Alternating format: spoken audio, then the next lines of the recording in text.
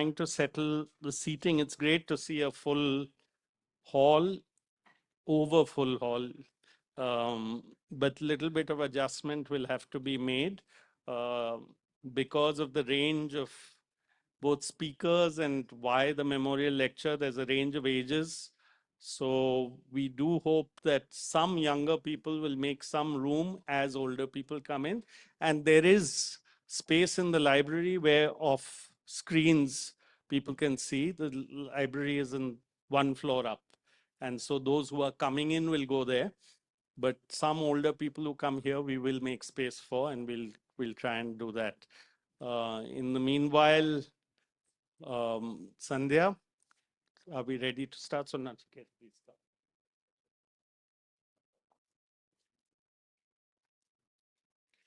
So very good evening to all of you, and thank you all for being here today. I'm Nachiket from the School for Democracy. I'll begin by inviting the speakers on stage. So Major General Anil Verma and Professor Trilochan Shastri, if we can put our hands together to invite them on stage, and I call upon Aruna ji to greet them onto the stage with a Dushala. Professor Shastri and Major General Anil Verma.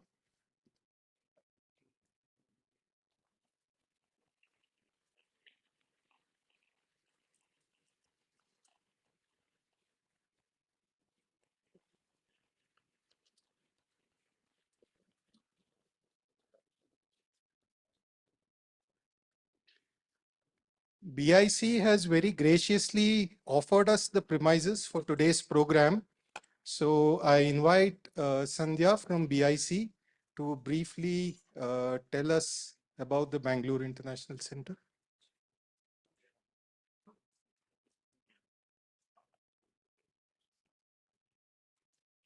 Hello, everyone. Good evening and welcome to Bangalore International Center.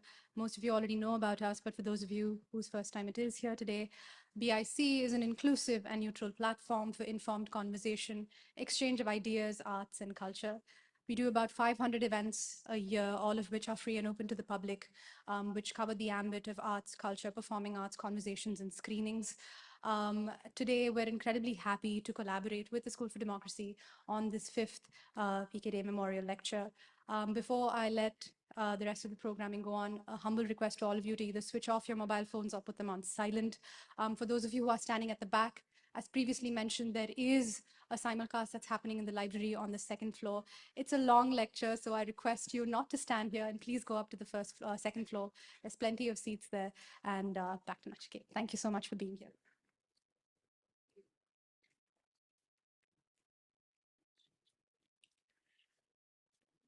Thank you, Sandhya. Today's event is in memory of Air Marshal PK Dey. Air Marshal Anil Khosla, retired, is with us today and a part of the Dey family. I request him to introduce Air Marshal PK Dey and the Dey family.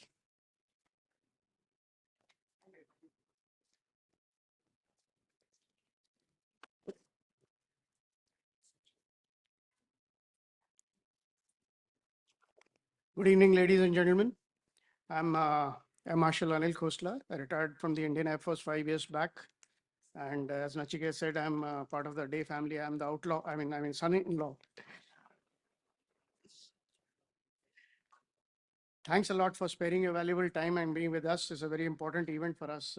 We have very, we got mixed emotions today. And Baba, as we used to call him, I mean, he was a legend. He was self-made legend. They say that legends are not born, they are made, but he was a self-made. And we used to actually, once the grandchildren were born, we all of us started calling him Dadu lovingly. And his friend circle, he was known as Babi. And I mean, he 40 years in the Indian Air Force, he's done it all and everything. So we are with very mixed emotions today. You know, we are feeling on one hand very proud and remembering him and also missing him. Mrs. Dey is here, Mrs. Asha Dey, for 50 plus years of companionship with the Air Marshal Dey. And 40 years she was looking after the families, the welfare of the Indian Air Force family, all the personnel. He retired as CNC Southwestern Air Command, Indian Air Force, based in Jodhpur at that time. And Mrs. Day was very active in the Indian Air Force, looking after the welfare of all the families. And besides that, outside she worked with in Bangalore school for SKID, that is your with special children. She's done a lot of work with them. She had no sign language. She learned Braille, and she used to teach in the school Sheila Kotawala Institute for hearing impaired. I don't like them calling deaf. I think hearing impaired is a better word. And she's done a lot in her life, and she's still more active than all of us. Nikhil is here. Nikhil, can you show your face? Everyone knows Nikhil. He's dedicated his life for the social cause. And with Aruna Roy, we are lucky that Aruna Roy is also with us, and both of them are pioneers of the right to information, and they are associated with Madur Kisan Shakti Sangathan as well as School for Democracy. And they are nomadic tribe. They don't stay in one place for more than 2 or 3 days, I think. But amazing work they're done and doing rather. Deepshika, my wife, she's following in her mother's footstep, 40 years in the Air Force, looking after the people, and now she's secretary for in the school, Sheila Kotawala Institute. And 3 grandchildren, Adir, Pranav, and Aditi. Aditi is a granddaughter-in-law. So they're also here. We are, very much feeling very, very emotional about today's this thing. And Air Marshal Day was much more than father-in-law to me. He was a role model for me. And in Indian Air Force, I came across many situations, very tricky situations where decisions had to be required, hard decisions required. When I used to get stumped, I used to sit back and think, how would Baba would have handled the situation? And the answer would stare in my face. So that kind of things I learned from him. A few words about him. He was, as I said, legend in himself. It was not his appointment that he retired as AOC in C or 40 years in the Air Force. It is the leadership qualities which he displayed, the good human qualities which he displayed, that he was remembered, and he is very fondly remembered by everyone. He was born in 1934, did his schooling from RIMC, joined Air Force very young. And let me tell you, he was one of the youngest pilots to be commissioned in the Indian Air Force, less than 20 years, 19 years and 10 odd months. And he was one of the youngest to become test pilot at age less than 24 years as a flying officer, when most of us are just finding our feet in the Indian Air Force. Commendable. And as a he was awarded with 2 presidential award, and the first one he got as a wing commander, once again as the youngest person to, I think, get a presidential award in the Indian Air Force. As the pilots, the dream is to fly as many types of aircraft. He flew more than 60 types of aircraft. I mean, any pilot would have it will be a dream come true to fly so many aircraft. He worked with HAL, he worked with AST, he worked with a lot of projects which are indigenous, HF-24, NATS, he was fully associated with it. AST, he's worked in AST in every rank. He commanded that institution. AST is the aircraft system testing establishment here in Bangalore. And he commanded twice, once as Air Commodore 1-star rank and once as Air Vice Marshal 2-star rank. And he's done it all. He's seen it all. He's been to UK for his test pilots this thing. He went to USA as a air attaché representing India, 2 presidential awards. I mean, he's done it all. And not only that, as I said, he was admired for his by everyone, by his subordinates, by his peers, by his seniors. The subordinates looked up to him for his leadership qualities, and he had a very good quality which I picked up from him. He used to delegate work and then give full freedom, have full faith in the subordinates to do that work, not keep riding, not keep looking over the shoulders. That is what the subordinates used to look up to him for. The peers, they loved him because of his fun-loving nature, very tolerant nature. He had very strong beliefs and views, but he never imposed on anyone. He used to be tolerant to everyone's views and beliefs and to honor them. The seniors admired him for his frank, candid, and unbiased opinions about everything. That's what they used to look up to him for. So I picked up few things from him. Humility, keep your head on the shoulder and feet on the ground. Very humble person after so many achievements. Delegation, as I said. Then he was very, very aware. He used to read a lot. He used to know what is going on regionally, world, globally, nationally. Very, very aware person. Decision making, he was very good at decision making. He never procrastinated. Whenever you go to his office, everyone used to tell me, even I used to, when I was young in Air Force, once or twice I went to his office, his table used to be absolutely bare, no files, no nothing. He had a book or a magazine in hand, always reading. So everyone used to ask, how come you managed to keep your desk clean? he used to do the job as soon as the file came. He used to do the job and clear it. He never procrastinated. That is what good thing. And he always believed in work hard and play even harder. And that is what I really picked up from him. Post retirement, he was involved with Cheshire Home for 10 years and give back time to the society. And he was very, very aware. He had very clear thoughts and views about all the happenings which are happening in national, global level, national level. And he was vociferous about his opinions, but never, as I said, never imposed this thing on anyone. He led by example. That is why this topic of transparency and accountability. He followed transparency and accountability in all his appointments wherever he went, even in the Air Force. And he was very straightforward person. He used to believe that the leader is like a, living in a glass house wherever you can see him. So you have to lead by example. So whatever you say, you have to do it. So this topic today is transparency and accountability, and the challenges and threats which are to the institutions of democracy is a very, very apt considering the personality of Air Marshal Day. And we have two very prominent, eminent speakers, and I won't steal the thunder from them. And they will be dwelling on various issues related to the four pillars of democracy, that is executive, legislature, judiciary, and more important is the media, which is going, I think, at a tangent a little bit. And then we have the most important independent constitutional bodies like Supreme Court, Election Commission, CAG, RBI, who are supposed to uphold the values of, uphold the democratic values. Are they really doing it? Or are they also facing few issues or going at a tangent?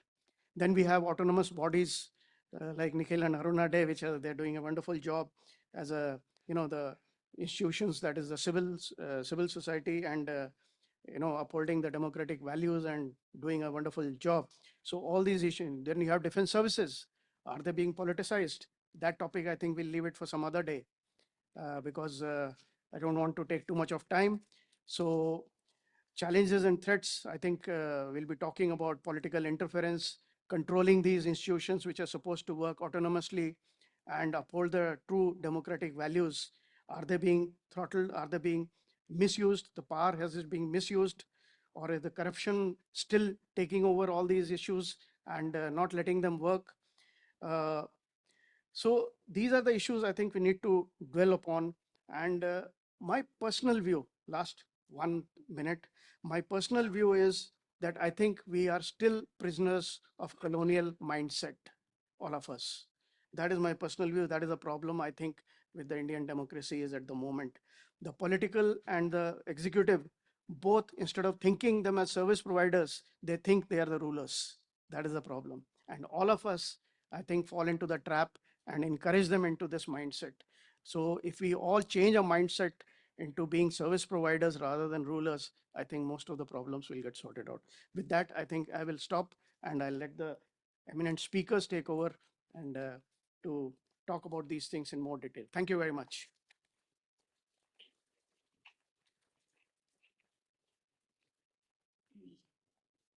Thank you very much, Air Marshal Khosla.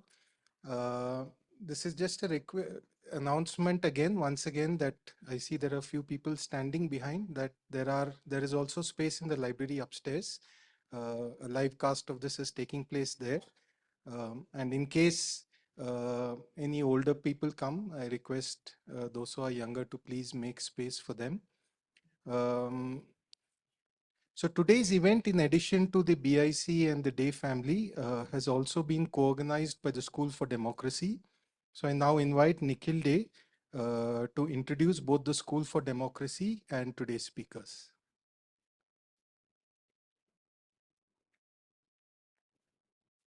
Thank you, Nachiket. Very briefly about the School for Democracy. It's a place, it's a physical place in Rajasthan, near the city of Byawar, conceived of as a space, not just confined to that physical space, for reflection, learning, and planning for democratic action across the country. It believes that mutual learning is possible and necessary between different groups of people, even those who may not have been through formal learning. And because citizenship and democracy has to come from all our people with a sense of equality, it believes in that cross learning. And finally, it can be seen for a place for strengthening democratic citizenship, active democratic citizenship.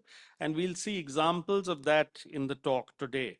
The two speakers are ideal leaders in that entire effort, and we see them as partners in the School for Democracy.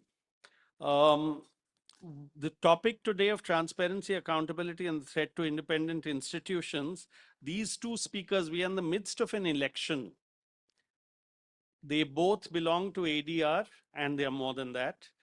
And the two most significant decisions in India since independence to ensure the independence and sanctity of the electoral process and transparency and accountability there has come from ADR. One that came about the candidates' disclosure of education, qualification, criminal background record, and assets and liabilities. It was an incredible decision when it came. For us in the RTI movement, it was absolutely a part of that. And I think we'd like to give a hand to ADR here for that.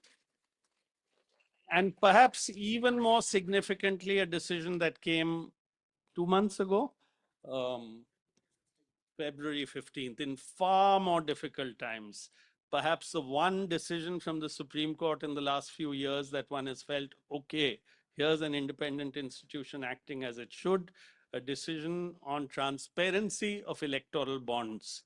That in this midst of this very dark time, that's been a ray of sunshine, and we will hear from them. I will now briefly talk about Major General Anil Verma, completed his MSc in Defense Studies and MA in Political Science. He is the chairperson of CEO of ADR, and he has had a distinguished service in the Indian Army for 37 years. And as head of ADR, he looks at administrative and operational activities. He frequently contributes to debates, articles in English and Hindi, and we are a part of National Election Watch, which ADR has set up across the country. And I know that he oversees how can citizens actually get involved. So ADR is not just Association for Democratic Reform. It's a large network as well through National Election Watch. Professor Trilochan Shastri is the chairman and founder member and trustee of ADR. He taught at IIM Ahmedabad and was the dean of at IIM Bangalore. He still is at IIM Bangalore. He's taught in universities in Japan, Hong Kong, in the US. He's known for his contribution to civil society. He's also actually in MIT, you did maths. Trilochan, did you not? Applied maths. So the application of it is much needed just now because that's what we are dealing with in this country. But apart from his role of and his contribution to transparency and accountability in public life, he's looked at electoral reform, and we'll see some of that, but not just the Election Commission, the Supreme Court, the CAG, various other bodies, not just going to the Supreme Court, but also going to the people. But along with that, Trilochan Shastri has a deep interest in the interests of the farmers of the country. There's a group called Farm Veda, which he has helped found, and there are some of the people here, I wish they'd brought their products. There's a whole range of products which you should sometime buy, which is all this dosa idli mix, but money goes straight to the farmers. And another thing that we have seen is that in this terrible mix of religion and politics, Trilochan has deeply studied all the religions of India to say that this mix is damaging to both. You keep religion to religion and keep politics to politics, and you'll do a world of good to both. And you mix the two, and you'll bring disaster, not only to those, but to the country that you live in. So that's also a part of Trilochan's very deep study, applied maths, if you have it. And I just want to end by saying that in the midst of this election period, This idea, my father was in the armed forces, but spoke his mind as a citizen. The inspiration for us to do this is that you cannot have a politicized armed force. You cannot have a politicized bureaucracy, but you have to have people committed to constitutional values.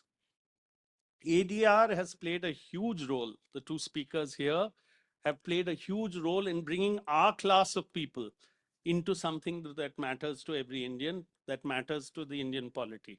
We look forward to hearing from them.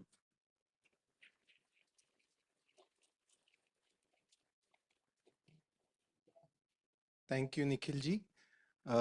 So the agenda for today very broadly is that the speakers will speak for about an hour. And then based on the time left, we'll take some questions. So I request all of you on your seats, you'd have got 2-3 sheets of paper. One of them, if you want to be in touch with the School for Democracy even later and want to engage with us, if you fill your contact details there or in the register outside, we'll be in touch with you. In case you need pens, please raise your hands. One of us will get near you with a pen. And in case you have any questions as well, please raise your hand and somebody will come there to you with a slip of paper and you can write your question down and we'll take them all in the end. So without further ado, I invite our first speaker today, Major General Anil Verma, to address the gathering.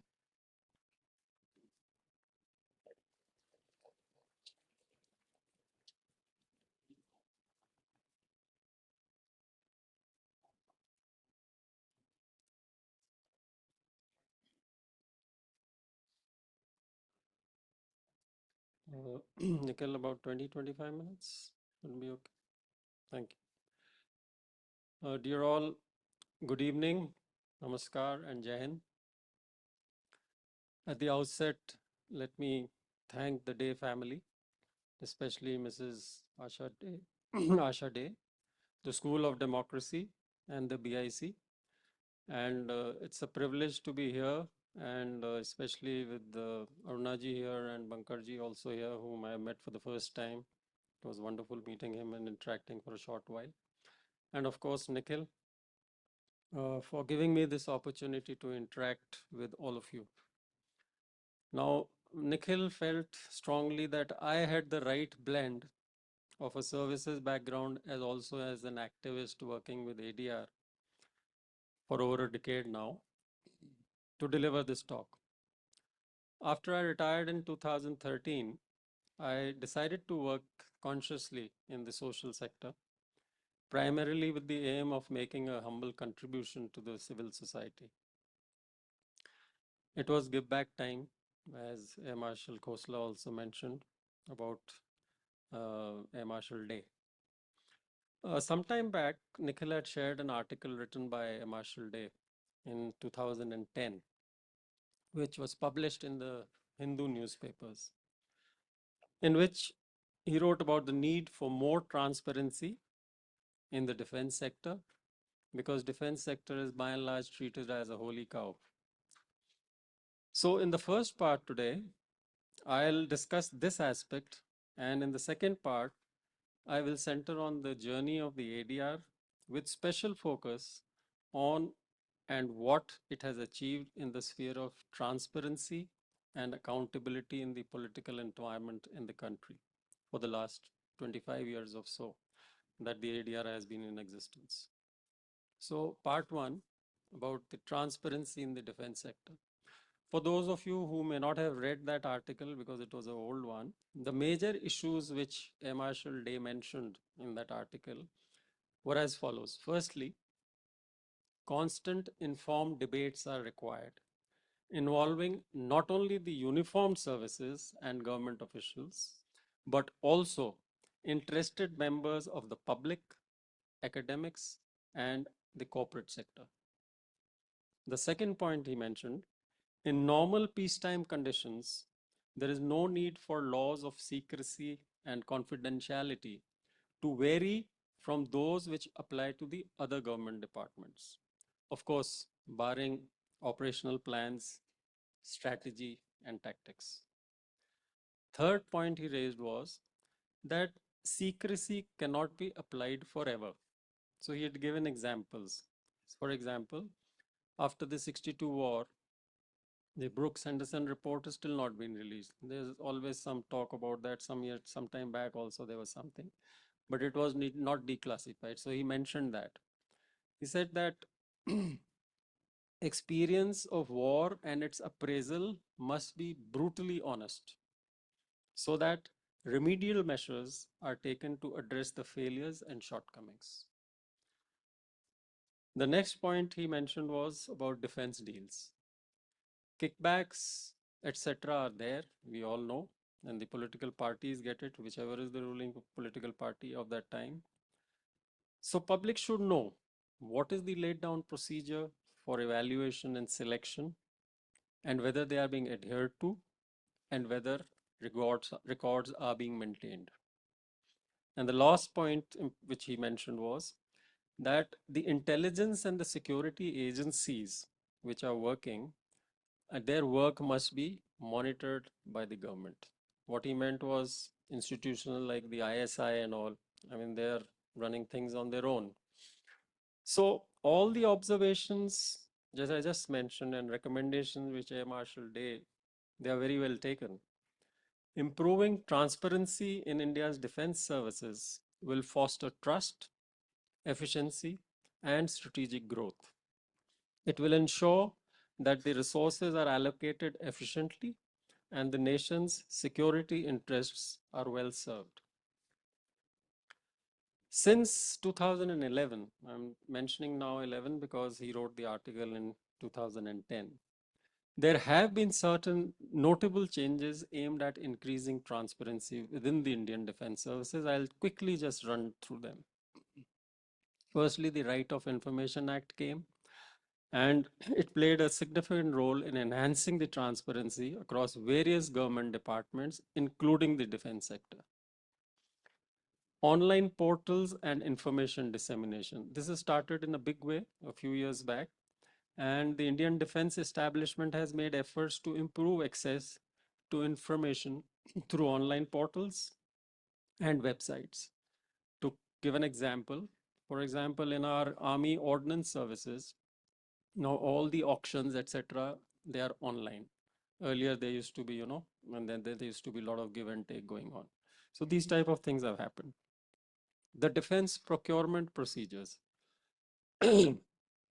This has undergone a number of revisions to improve it in order to enhance transparency in the procurement processes.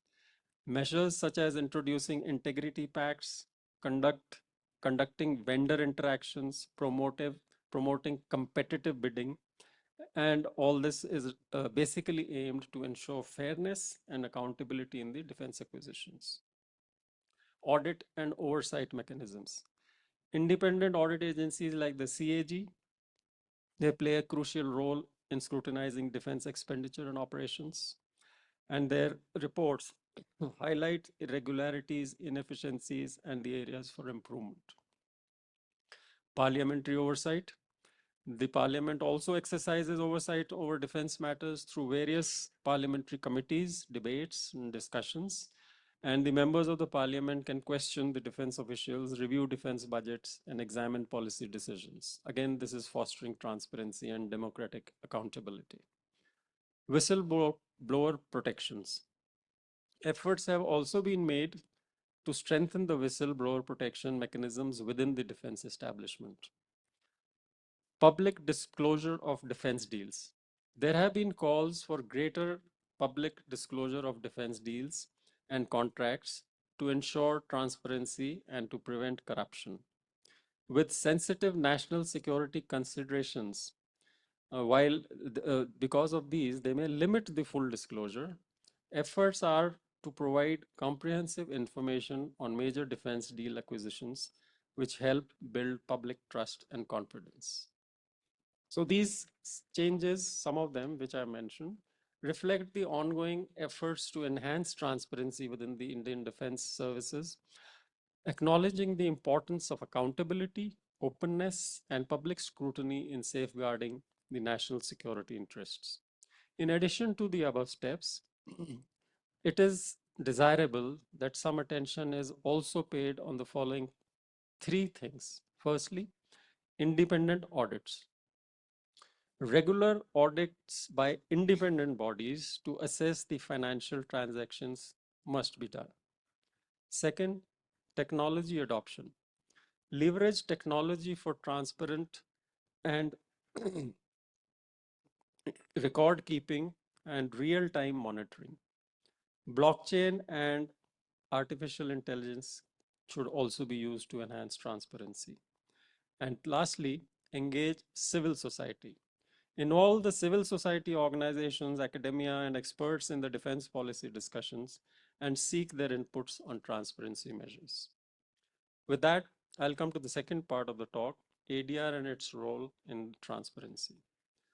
Now, along with various independent constitutional bodies, media, the judiciary, the civil society has an important role in holding the governments of the day accountable for their policies and actions.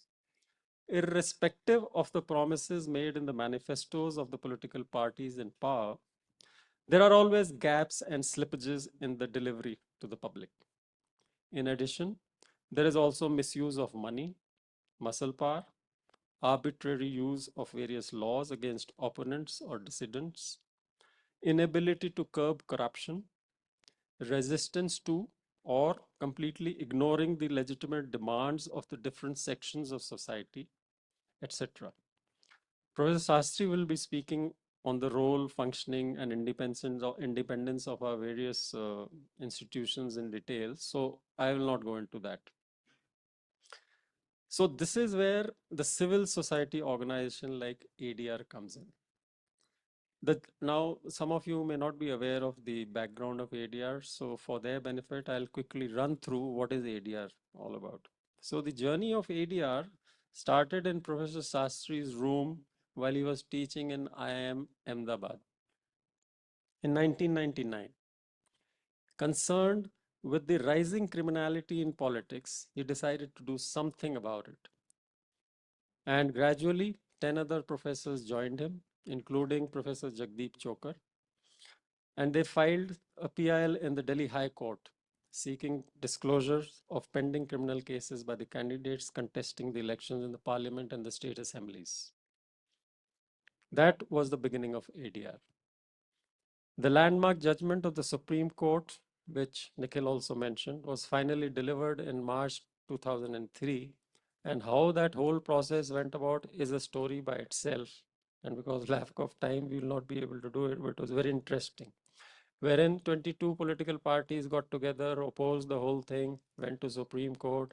The government finally wanted to overturn the Supreme Court judgment. They passed an ordinance. The ordinance went to President Kalam. Kalam refused it, went back. Again, it was sent, and then it was passed. And then again, ADR went to Supreme Court, and the Supreme Court said, this is unconstitutional and struck it down. And that is how the affidavits thing became mandatory.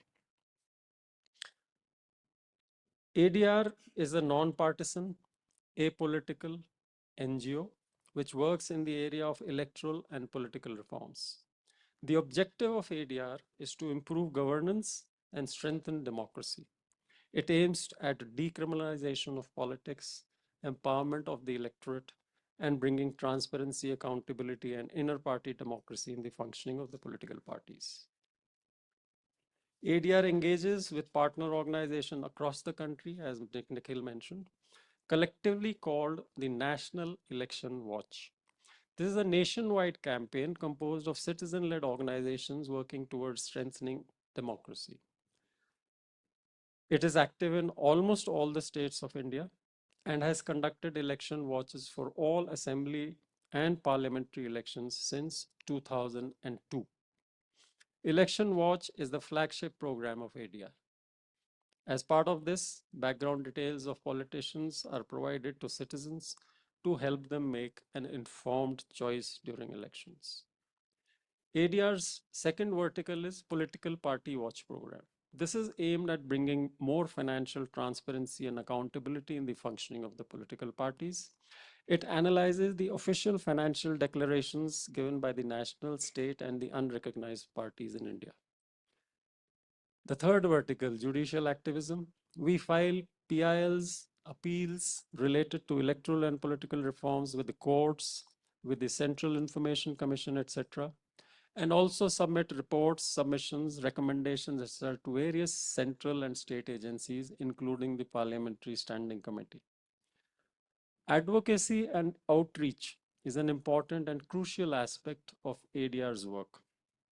Our communication and campaigning activities have multiple objectives, like spreading awareness of the importance of ethical and informed voting ahead of the parliamentary assembly or local body elections, and continuous effort to engage with the youth in the political and electoral reforms process. Now, in the 25th year of ADR's existence, as we look back, we find that in addition to the grassroots level voter awareness campaigns and advocacy that we conduct with the help and support of our state partners, there have been a number of judicial interventions by ADR that has had the effect of making the functioning of political parties in the government of the day more transparent and accountable. Apart from the two which were mentioned, the affidavits case and the electoral bonds case, some of the other ones, little known ones, I'll just run down quickly. Introduction of the nota button in the EVMs in 2013. Another judgment in 2013 regarding the disqualification of convicted MPs and MLAs, in which Lalu and others were convicted. Holding BJP and Congress guilty of accepting foreign funding and violating the provisions of FCRA in March 2014. In 2018, in the matter related to disproportionate assets of the elected representatives and a mechanism to cross-verify their assets in the affidavits, the Supreme Court ruled that complete details of spouse and dependents also must be declared by the candidate. In 2023 came the Supreme Court judgment on the petition challenging the constitutional validity of the present system, practice of appointment of the election commissioners by the executive. And lastly, in February 24 came the landmark electoral bond judgment. Another judgment, yesterday only there was a hearing, was about the delay in the publication of the voters turnout thing. Since it was the last day of the court and now the vacations have started, it was heard till about 6:15 in the evening. And then the Chief Justice directed that on 24th, the next hearing will be held. Basically, the election commission was buying for more time so that the elections could get over, but he did not accept that. So let's see what happens on the 24th. Now, speaking specifically about the people's right to know, upholding and strengthening the RTI, a number of initiatives have been taken by ADR.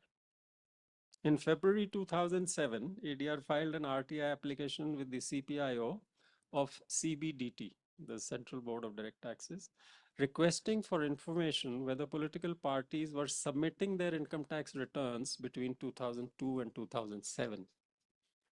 Finally, in 2008, the CIC gave a landmark ruling that the income tax returns and the assessment orders of all political parties would be available in the public domain.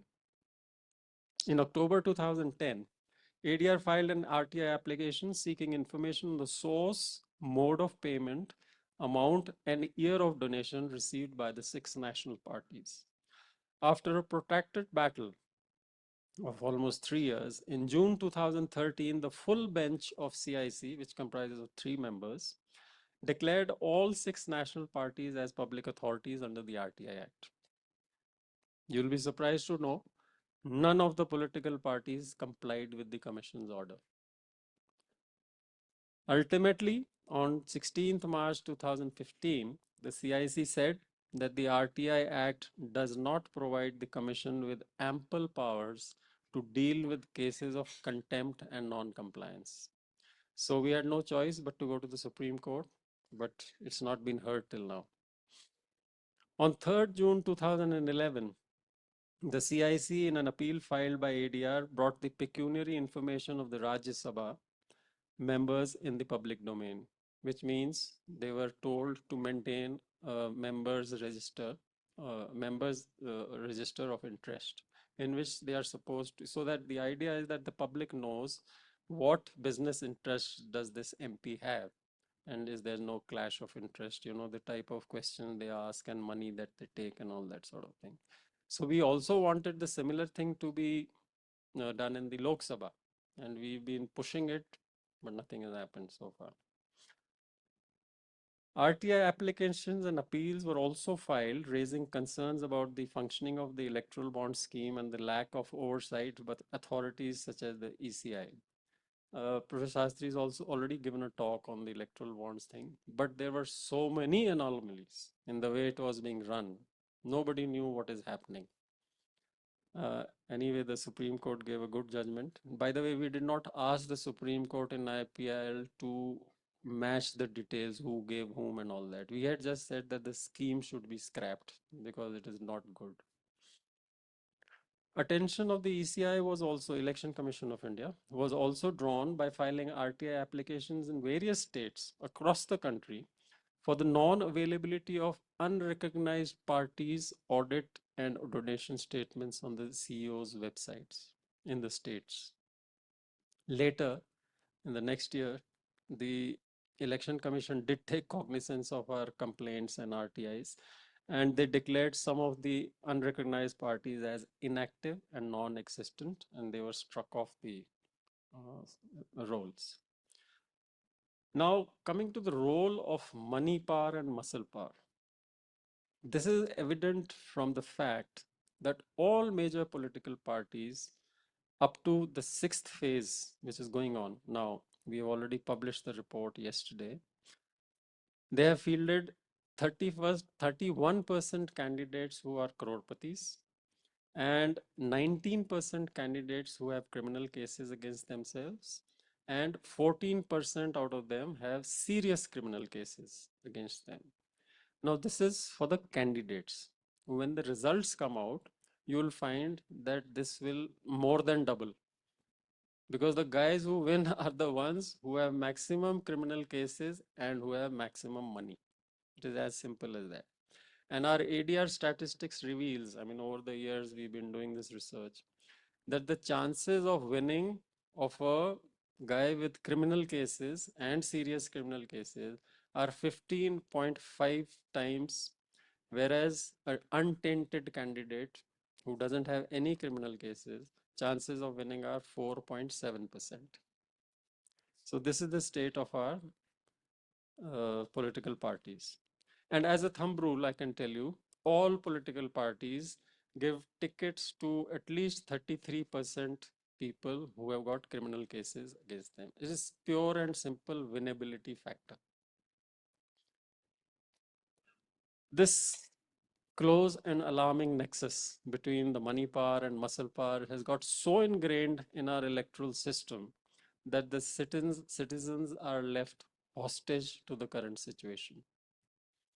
Money and muscle power hurts the principle of free and fair elections, participatory democracy, and level playing field.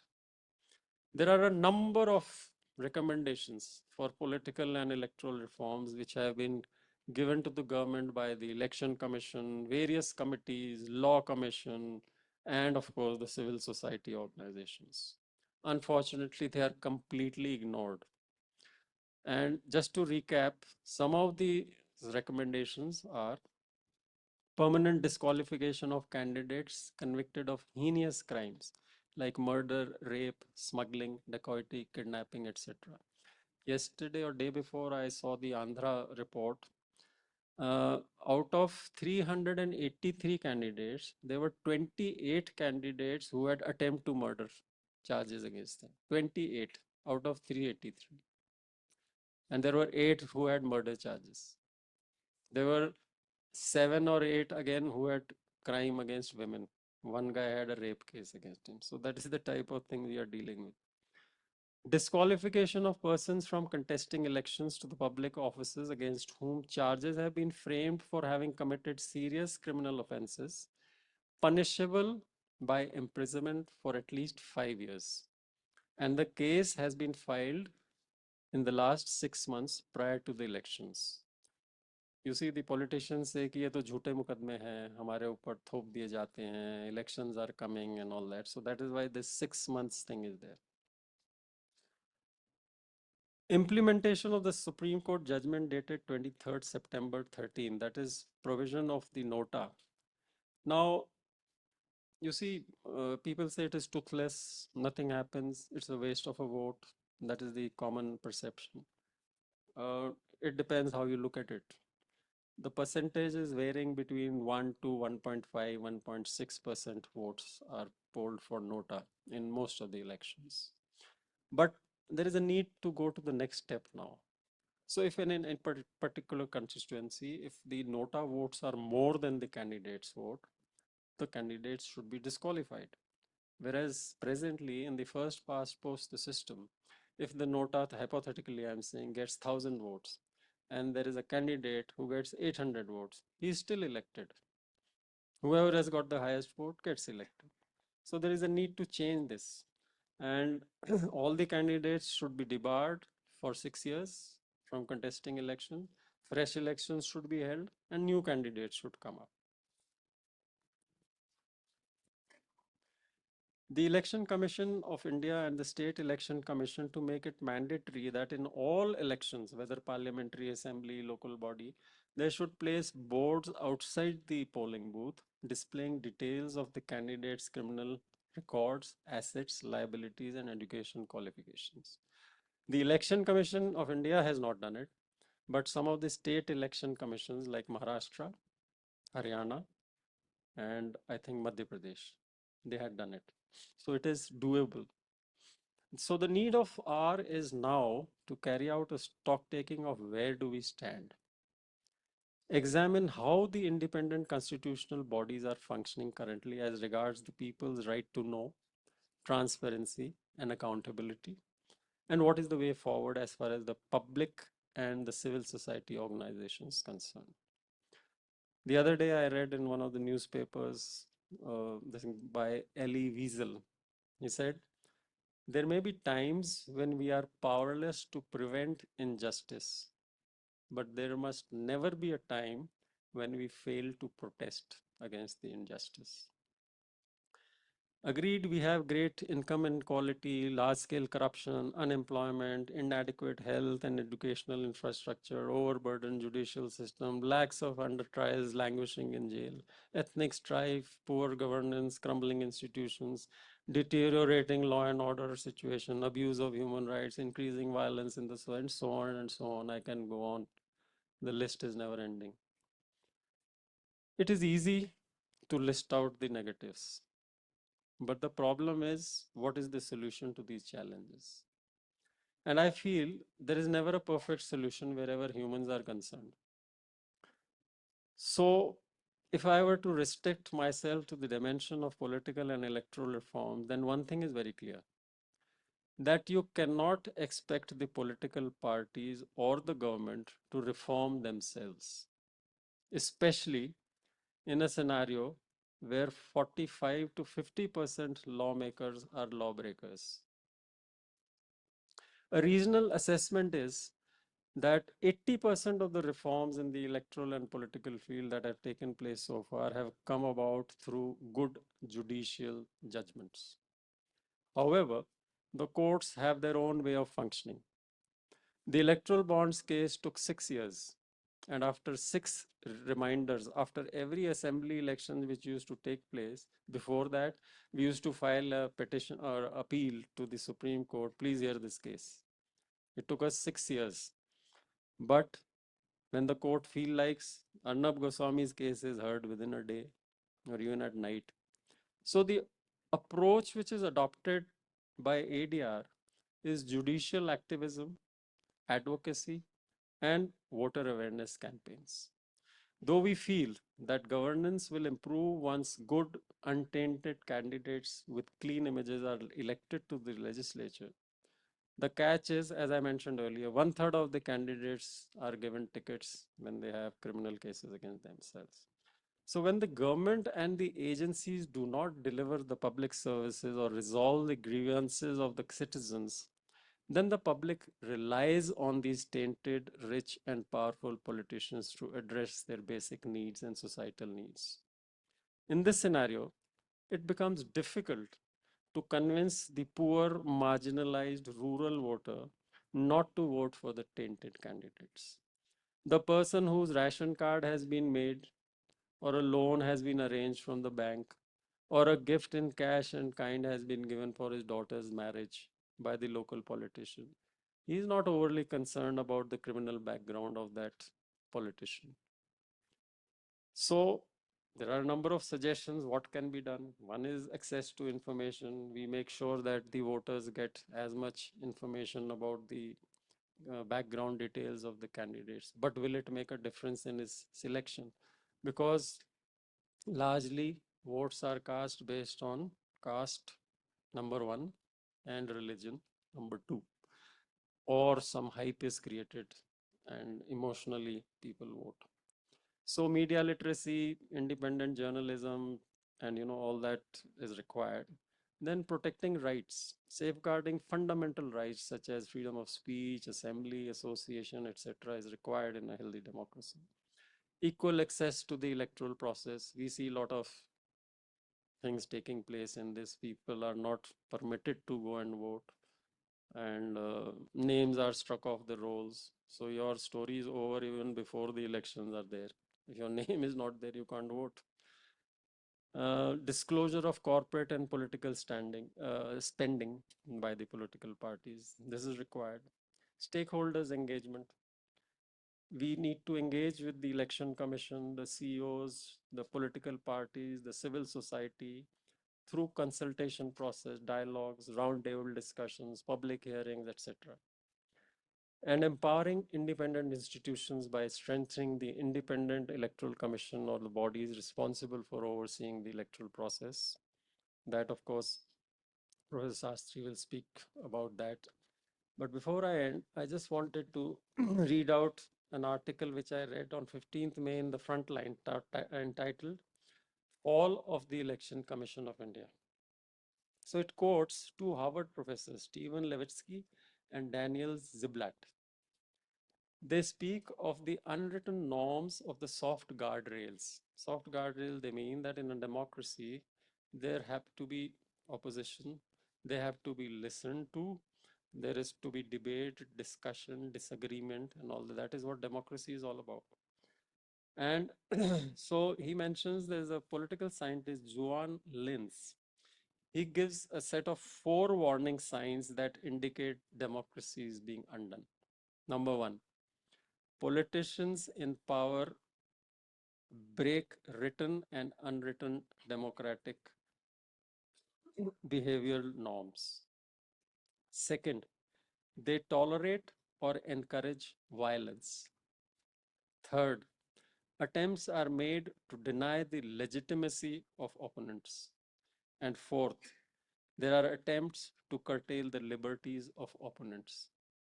And we can see instances of this happening in our society. So to conclude, a 3-pronged approach to improve governance, strengthen inner party democracy, enhance transparency and accountability. Accountability is what I'm going to mention.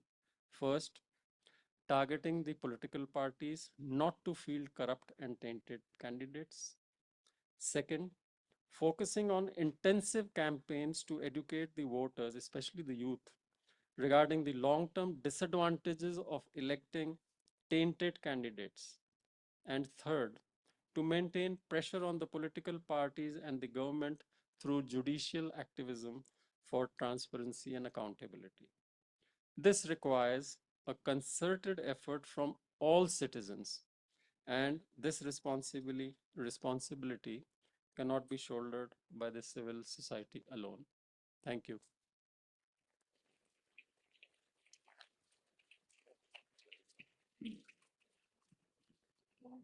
Thank you very much, Major General Verma, for a very articulate talk, not just outlining the problems, but also offering solutions and also being a part of it.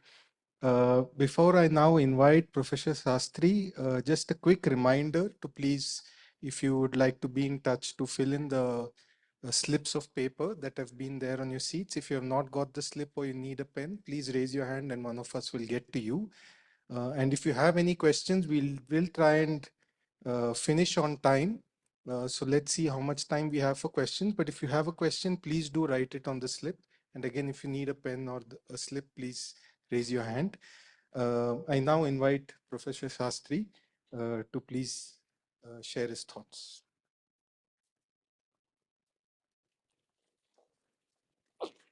Hello. You want me to operate it? Huh? I'll be able to do it? Okay. It's on the file. Okay, thank you. Oh, it's not on the screen. You can't get it on the screen? Huh? Okay. Okay.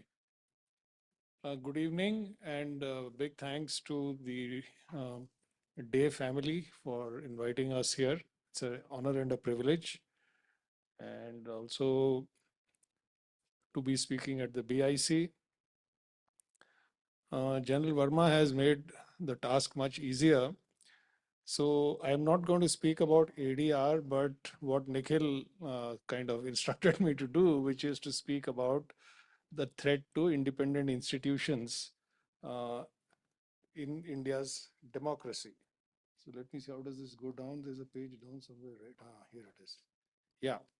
So when we talk about, I started work in the development sector more than 25 years ago, a little bit junior to Nikhil, whom I admire enormously. He's actually one of my role models, as is Aruna. We used to keep hearing about this institutional framework, and I used to wonder, what does it mean? So after so many years, a little bit of clarity is there. So I will focus on what are these independent institutions and why is it important that they should remain independent in a democracy? What does it have to do with democracy? And what threats do we face from time to time? And what can be done? Of course, that is always the most important thing. What can we do about it? So just a little bit of background concept or theory, which may be a little boring, but they talk about three organs of the government, which is traditionally the executive, the legislator, and the judiciary. And I think Air Marshal Khosla also mentioned the medium. So the executive basically is the union cabinet of ministers and the president. Of course, it includes the prime minister. And the framers of our constitution, not only in India, but around the world, because some constitutions were written before India's constitution, they were constantly wrestling with this issue that what are the checks and balances to the executive excesses? What happens if a president or a prime minister or the executive becomes over powerful and dictatorial? What checks can we put? So most of the constitutions in the world, including India, do have them. So we'll discuss that a little bit. The legislature is in India, very simple terms, the Lok Sabha and the Rajya Sabha. I'm not getting into the state level thing. We'll just stick to the national one for now. And the executive is supposed to implement the laws made by parliament, frame policies based on those laws, etc. And the Supreme Court sees whether these laws are constitutional, whether their implementation is being done properly, and they also have the power to punish. So let me just give you an example. There was a move in India some time back. They float trial balloons. So they said, particularly our dear vice president, he said several times, he's also a lawyer, that once a law has been passed by parliament, there should be no power of judicial review. We're just trying to see whether the Indian public will react. Of course, we don't react.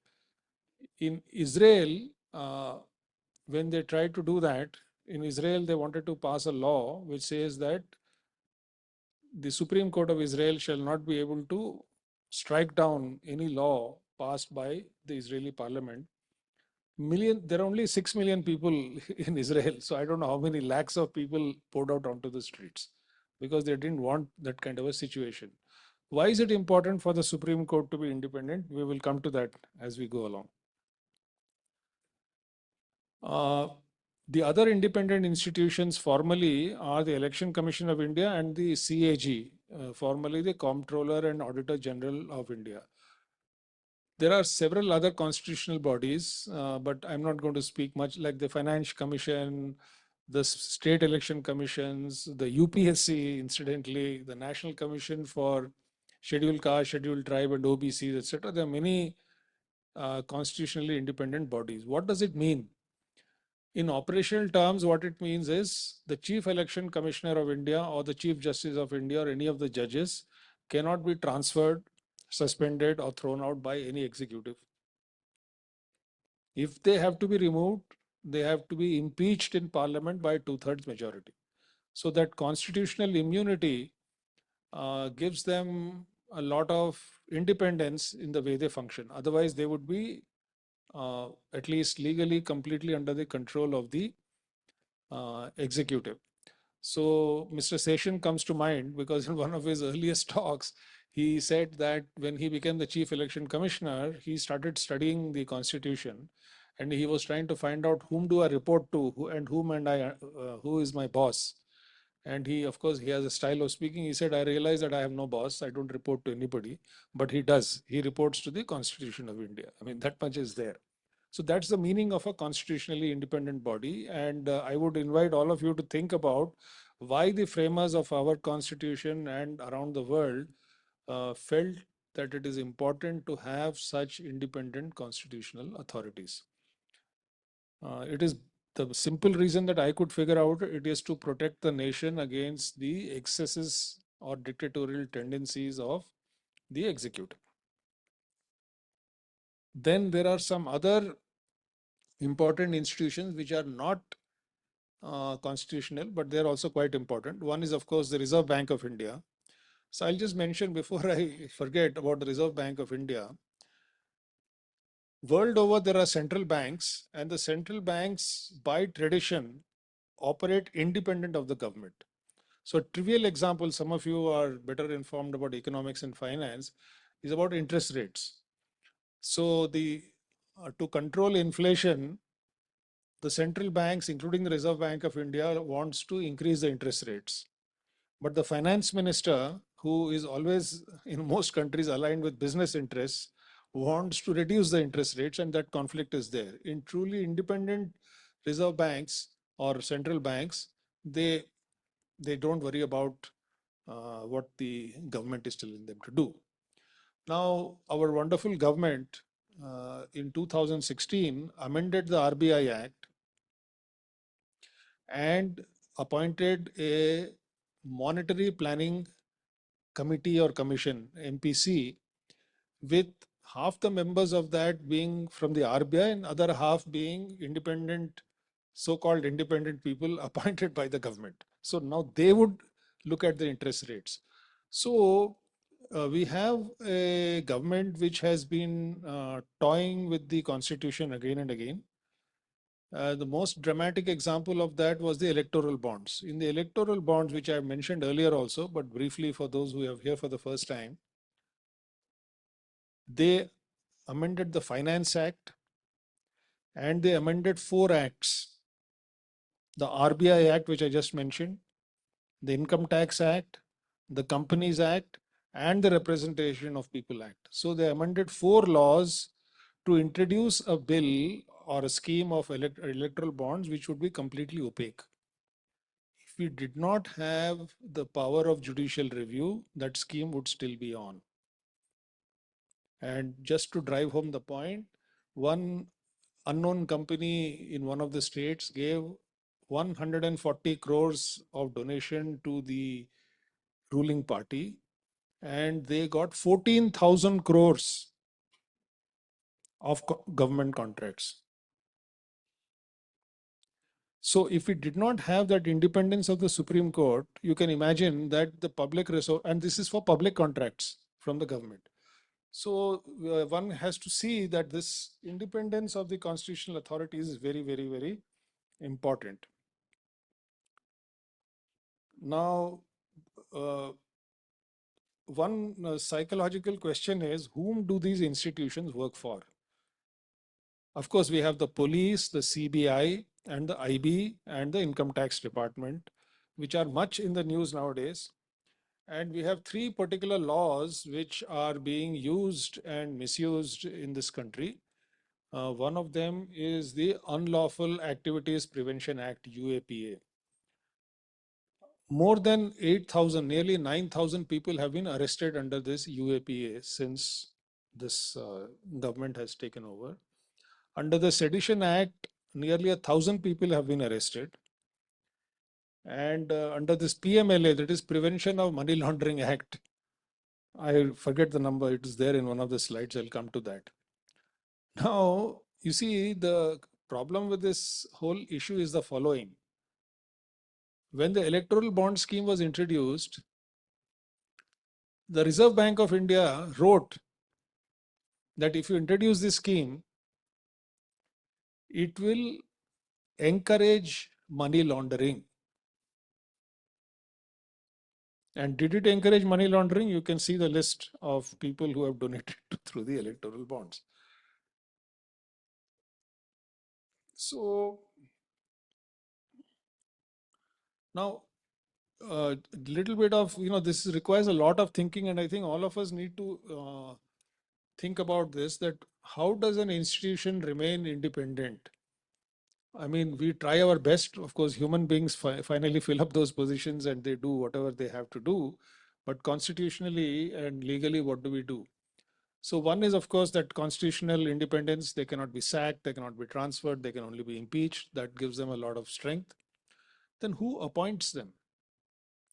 Now, General Verma had mentioned in passing that the Supreme Court, of course, on ADR's petition last year, said that we need a neutral body which appoints the election commission, because over the years we had been watching with a little bit of trepidation that it is only the prime minister who appoints the election commissioners. That was always true.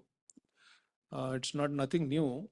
But over the years, we saw how, because we have been dealing with the election commission since 2002 at least, so about 22 years, and how they used to receive the civil society petitions then and how do they do now. Now they don't give us time of day, by the way, to be very frank. So we went to the court and said that a neutral body should appoint the election commission. So the Supreme Court, in its wisdom, among many choices that were given by us, they said that the Prime Minister, the leader of the opposition, and the Chief Justice of India, these three would appoint they have ignored that royally, introduced a bill in contravention of the Supreme Court, and said that the Prime Minister and the leader of the opposition and a union cabinet minister will be appointing the election commission. The point is not about the election commission. The point is the process of appointing these constitutional authorities is also a critical part of ensuring that they are independent. That's the point that I was trying to make. Another important thing is what happens after they retire. So if you just take the three bodies, the Comptroller and Auditor General of India, the CAG, the Election Commission, and the Supreme Court. Surprisingly, in the Constitution, it says that the CAG shall not accept any government position after retirement. But that is the only post which is barring government. Now, what do we find in the case of the Election Commission of India? The first election commissioner we met when we started our work, I can mention it later on in private. After he stepped down as Chief Election Commissioner of India, he joined the ruling party and became a cabinet minister. Now it calls into question whether he was actually independent during the years that he was in office. So there have been moves to try and say there should be a cooling period of 3 years, 5 years. Neither the government doesn't want, no government wants it, because they would rather have somebody who's looking for some goodies post retirement so that they have some leverage over such people. And of course, what to say about the Supreme Court? We have a Supreme Court Chief Justice who is now a Rajya Sabha member. Some of them have become governors. In the United States, for the very same reason that we are talking of, that is to maintain true independence post-retirement. I'm not saying that's a good remedy. They are saying there's no retirement age for judges. I mean, they can retire on their own, but because they're not going to get anything after retirement. So that's it. So we have to think about these issues of how do you appoint them, what do they do after they retire, and of course, how do they function and what are the constitutional guarantees we give them while they are in office. So this is also part of guaranteeing the independence of these constitutional authorities. Now, I've already mentioned about the electoral bond, so I will not talk about that. Now, coming to the law and order authorities and the income tax authorities, because I think all of us have stories, we must have read either on WhatsApp or some friend or something has happened. One friend who was very instrumental in setting up two very reputed universities, one in Delhi and one in Mohali in Chandigarh, he is now under CBI raid. I don't know why. So the independence of these institutions. So from 2014 to 2022, that the data I could get, 121 leaders were arrested, of which 115 were from the opposition. So, I mean, you don't need to have a PhD from MIT in applied mathematics to figure out that this is highly biased. 115 out of 121 people were from the opposition, right? So why is this happening? Is the police truly independent? All of you must be having personal stories. I also have personal stories of talking to retired director generals of police of various states, and there are very interesting things they say. The Election Commission of India has received literally more than 20,000 complaints during this ongoing election. Some of the people who complained are sitting right here in the front row. No action has been taken. That is because if the complaints are against those in power, they will not act. If the complaints are against those not in power, then they may act if they feel like. So is the ECI still independent or not? There is an old saying, both I will quote from English and from our Hindi and Sanskrit. Caesar's wife must be above suspicion. And Sita must be above suspicion. उसको 2 बार अग्नि परीक्षा करवाई, which is not correct thing to do. I'm not saying whether that's right or wrong, but that is what we expect from the Election Commission of India. The mere suspicion of not being independent, that suspicion should also be removed. And I don't think that we have made any effort to do that.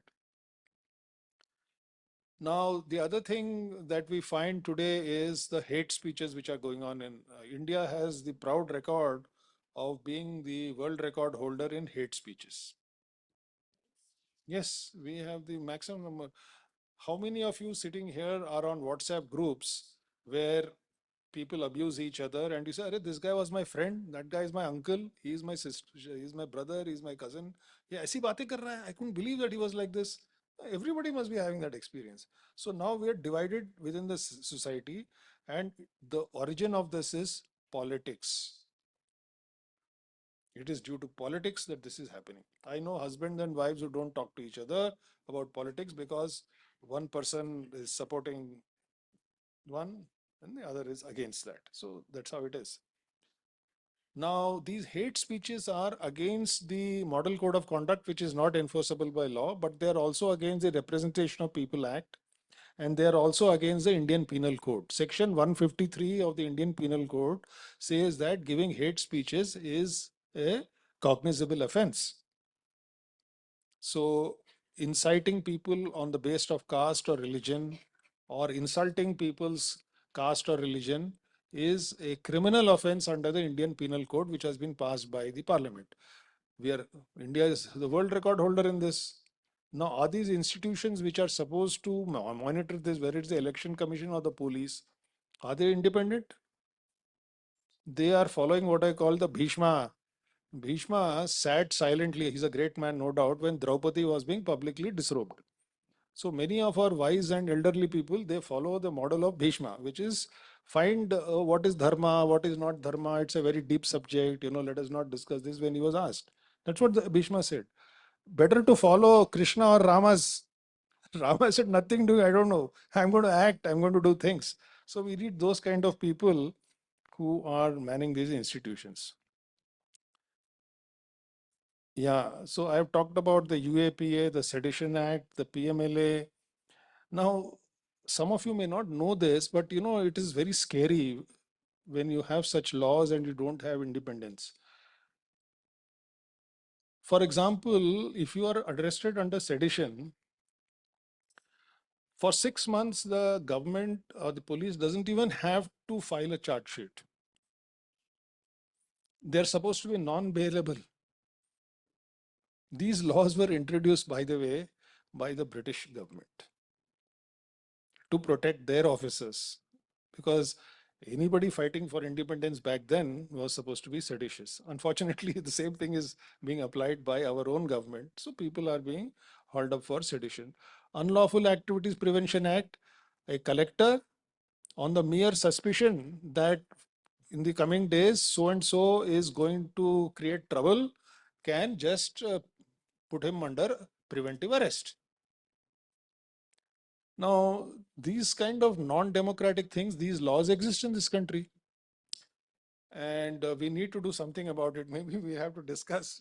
I don't know whether the courts will uphold any petition on this or not.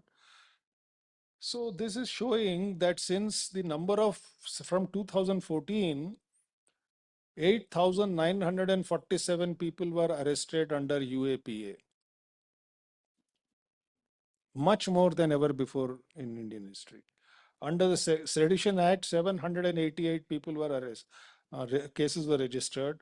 Under the Prevention of Money Laundering Act, 1,797 cases were registered, and so on and so forth. So this is really showing that the number of such cases is going up. And so here is a fundamental question on independence. If you and I break the law, the government can arrest us and put us in jail after some process. That's fine. I think most of us say it's all right. We don't want lawbreakers. But what happens if the government breaks the law? What happens if the police breaks the law? There is nothing in the legal system or the constitution. In the United States Constitution, there is something which is loosely called the tort law, which means that a citizen can actually sue the government of the United States if their fundamental rights or something, actually sue them and claim damages. We don't have, because if we do, government वैसे ही दिवाला है, so all of us will be filing tort cases against the government, तो उड़ जाएगा. So maybe it's good that we don't have such a law here. So the RBI I have mentioned. So I'm going to close now. I think I must be running out of time. How much time do we have? Yeah, 5 minutes, 2 minutes? Yeah. So it all brings back to the question that what is democracy? It's not that we only vote once in 5 years. We've heard that. But very often we don't think enough about these institutions and their independence. How is it going to happen? Actually, I have to thank Nikhil for suggesting this topic, because I wouldn't have dared to do it otherwise. So the only way to check executive excess, whether it is through these institutions, the Supreme Court, the ECI, the CAG, the Indian Police Service, the Civil Services, the CBI, IB, ED, etc. Donald Trump is right now sitting in court. When, what's his name? Bill Clinton was president of the United States, Ken Starr was the independent attorney just appointed, and he was going hammer and tongs publicly against Bill Clinton, who was the sitting president of the United States. Do we have such a system here? When George Bush was president, his 2 grown-up daughters were caught for drunken driving in Texas. The law of Texas is very clear: no bail, 48 hours jail. So both his daughters were in jail for 48 hours because they were caught drunken. And the president of the United States or nobody ever dared to call anybody and say, yaar, chhod do unko. Because that would have made it worse. That would have gone public. So we have not evolved as a democracy. We say, what can we do? What can we do? That is the kind of situation that we are in. So what is the way forward? I think he has already mentioned. I think it's not only MKSS or the RTI campaigns or chota mota organizations like ADR or civil society. I think all citizens need to get engaged in whatever way we can. We have to get out of this Bhishma mode of watching a woman being disrobed in public and keeping quiet and quoting philosophy and what is dharma and adharma. We have to take to arms like Lord Rama himself and start taking action. That is the only way I can see of getting these things done.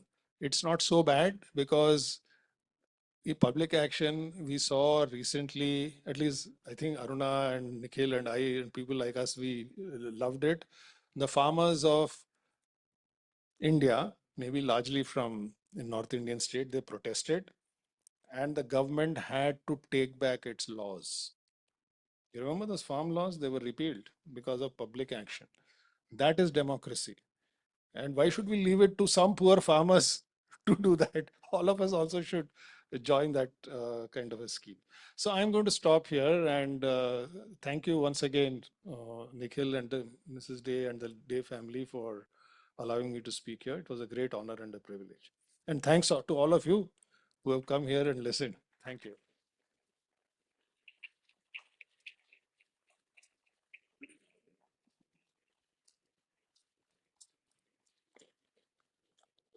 Thank you very, very much, Professor Shastri. You were commenting about TN Sessions' style of speaking. I think all of us also found you equally engaging and could have continued listening to you. But unfortunately, we have to all also get back home. So we have time, I think, for a couple of questions. I have 2, 3 questions that I've received. I'll read out the questions and then we can take the answers, and then the remaining questions we are just collecting. We will get the responses of the speakers and get back to you. But unfortunately, because of time right now, we can take just 2, 3 questions. The first question is why the PM CARES fund is still untouched. This is the first question. I'll just take all the questions and then in the PM CARES. So in the interest of time, I'll just read all the questions and maybe quickly there can be a round of response. And then to Major General Verma, there's a question. Is there any possibility to add electoral restrictions in penal code punishments? That is, a person convicted for crime against women cannot contest election for 6 years. So this is a question that has come. And to Professor Shastri, I believe most of the religions are born out of politics, definitely not from electoral politics. Most of the religions. Yeah, this is what the question is, the comment, and then the question is how do we separate them? So how do we separate religion and politics? That's the question. And then another question is, good people like you are working hard to bring in positive changes in the electoral process and politics, but the number of people with criminal records and convictions is increasing continuously. Is there hope for us? So there are more questions that are coming, but I think for now we'll restrict to this. Major General Verma? Yes.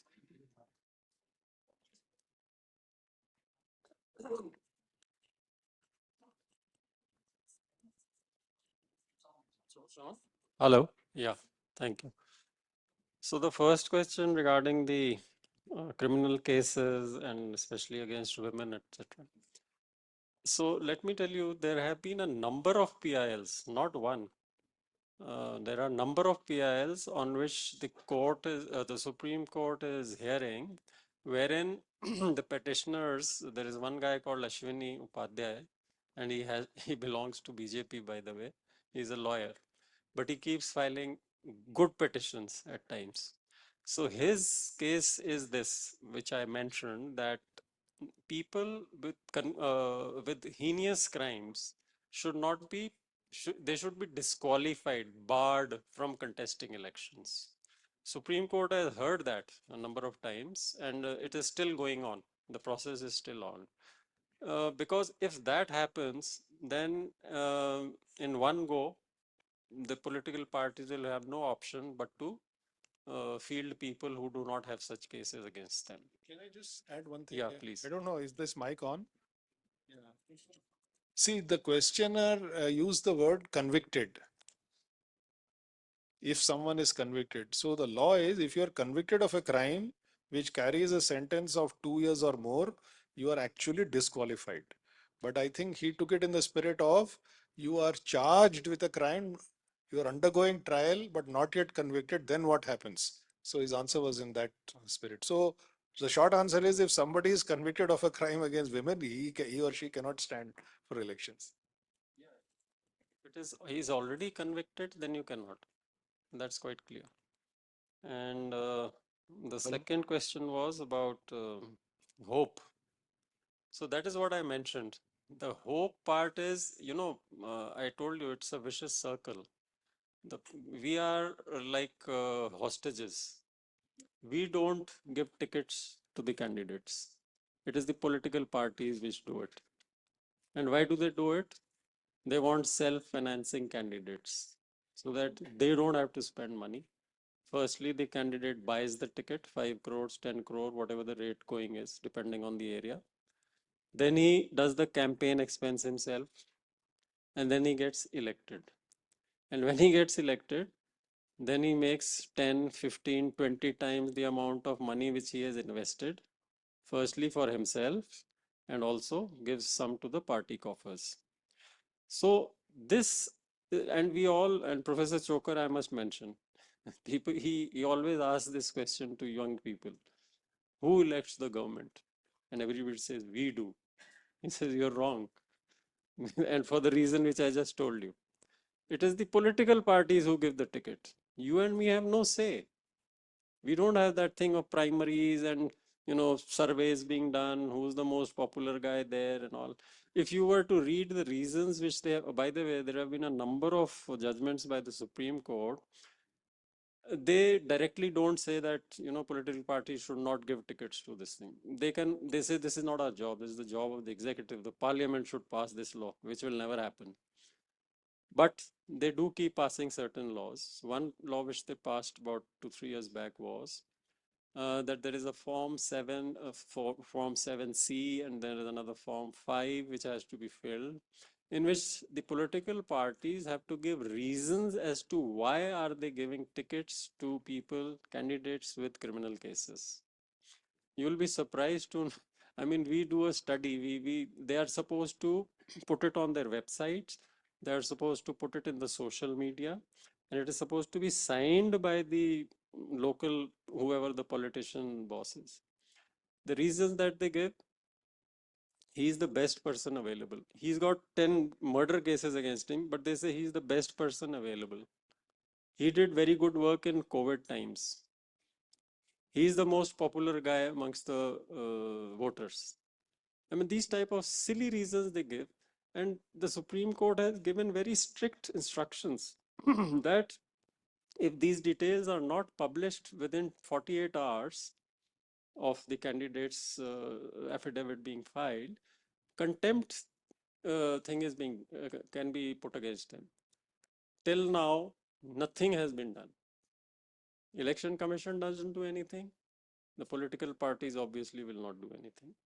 So one lawyer went to the court. This thing was introduced in the last Bihar elections. And he said, you had given these directions. No party has done it. So Supreme Court passed contempt proceedings, and 8 political parties were, penalties were levied on 8 political parties, ranging from 1 lakh rupees to 5 lakh rupees, which is peanuts for them. Nothing happened after that. The same thing is continuing again.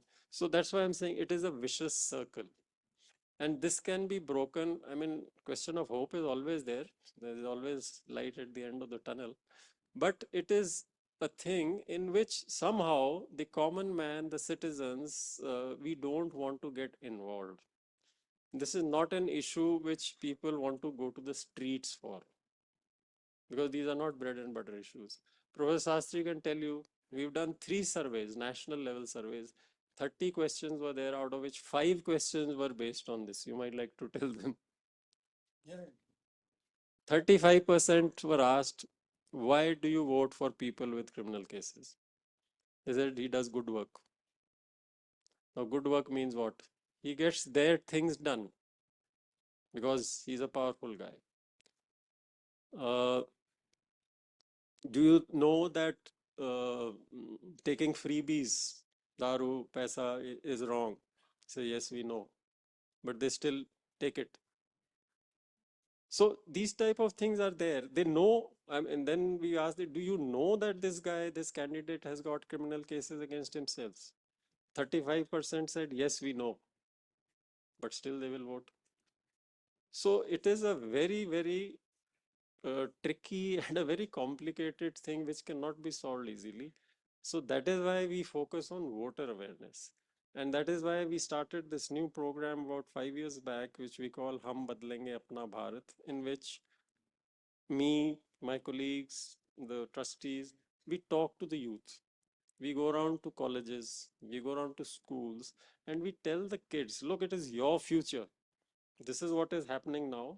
And if you guys don't uh, put pressure on the political parties when you grow up, because it's just not a question of increasing the voter percentage. That is what we are focusing on all the time.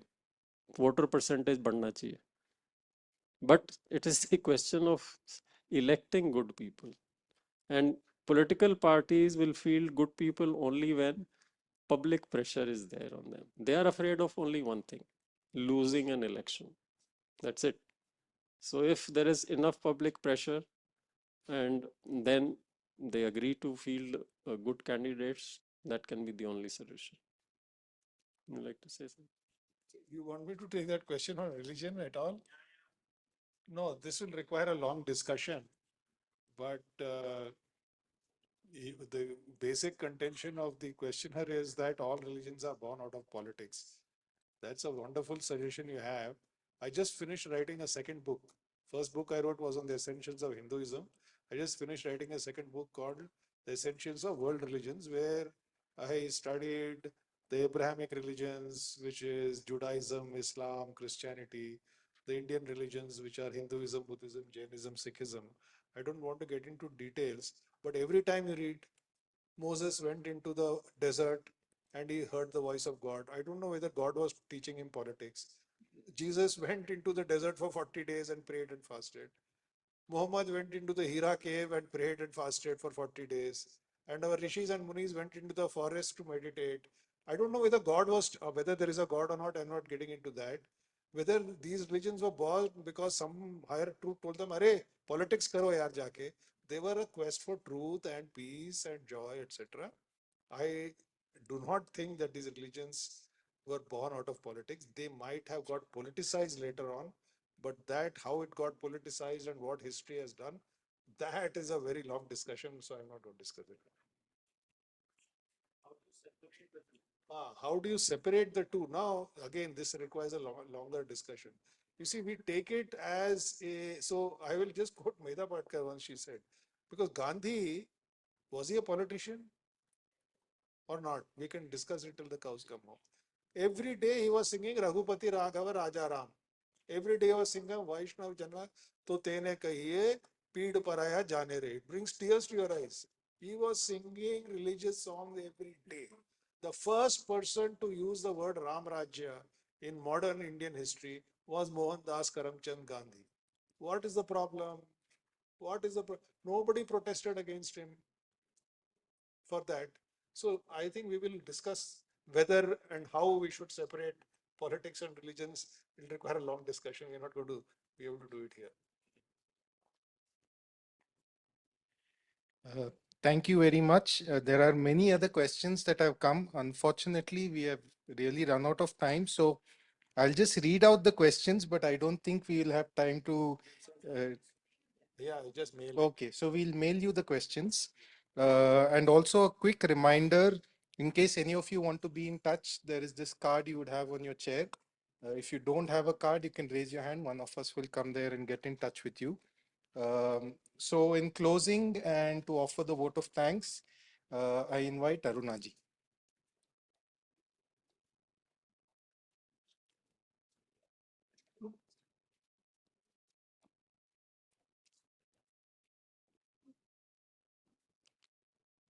we are actually running short of time. There's so many things that have been raised in the course of all the comments that have been made, the issues that have been raised, the logic and the analyses. I really don't think we'll do justice. I can do justice in terms of summarizing anything, but I'd just like to comment on a few things that are critically important. You know, when we listen to India's predicament or the world's predicament today, very often we are in absolute confusion because there's so many things that are wrong. But I think of George Orwell, who said in times of universal deceit, to speak the truth is a revolutionary act. It's really a condition from which we all have to learn to speak the truth, to question, to ask for transparency, to ask for accountability, things that are simple and interpretable. What is transparency and accountable to a person in the village is very different from what is transparency and accountability to us.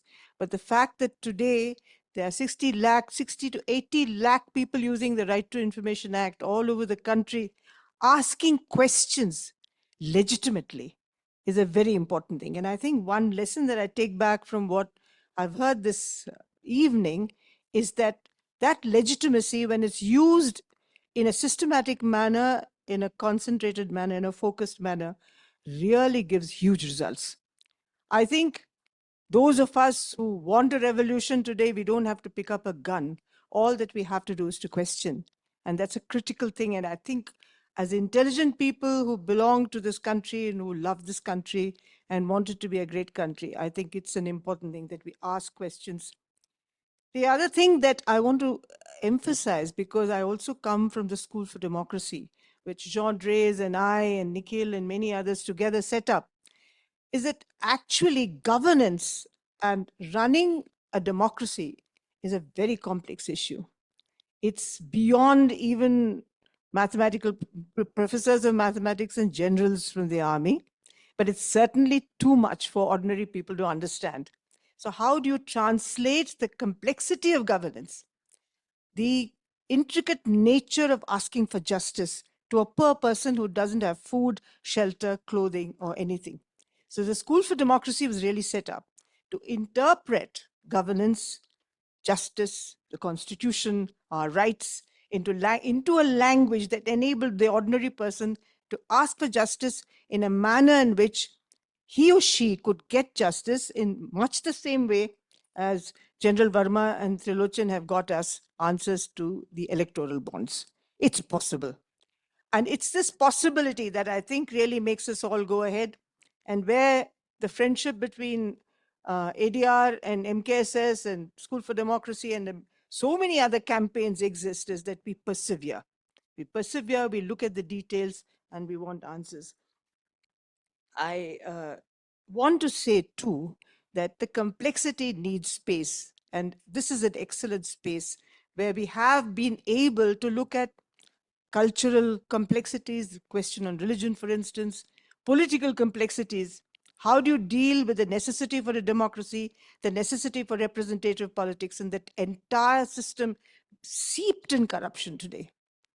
We're all sitting here looking and expecting to see a change in the electoral results, knowing fully well that the process has been one of the most corrupt processes that we have seen so far. Unbelievable things have happened. And of course, I won't mention the EVM. That's another huge area of controversy, whether the EVMs can be fixed or not fixed, whether it's being tampered with or not tampered with, million issues. But the fact is that we have to act. And I think those of us who understand the complexity have an obligation to act, have an obligation to think, and an obligation to communicate. And that has come to us through these excellent moments of listening to these two lectures. And I want to thank them very much indeed for the extremely casual and easy way in which you put forth what are really complex issues. So a big hand and thanks to both of you for a very, very wonderful evening.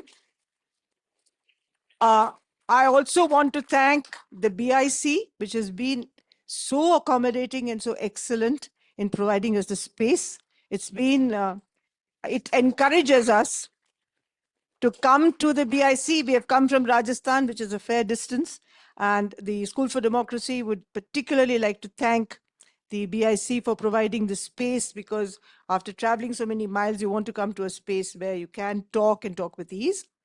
On behalf of the DAYS, the Khoslas, and the School for Democracy, I want to thank you all for being here today and for listening to this excellent conversation.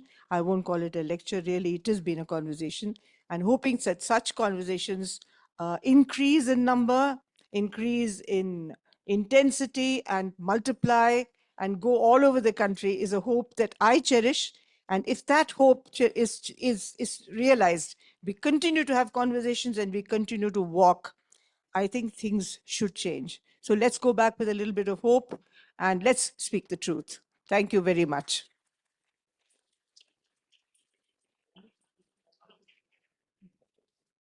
May I invite Mrs. Day, Asha, to hand over the 2 gifts to the 2 speakers, please. And may I ask Nachiket to please help her with the gifts. Yes, of course. Yes, yes, of course.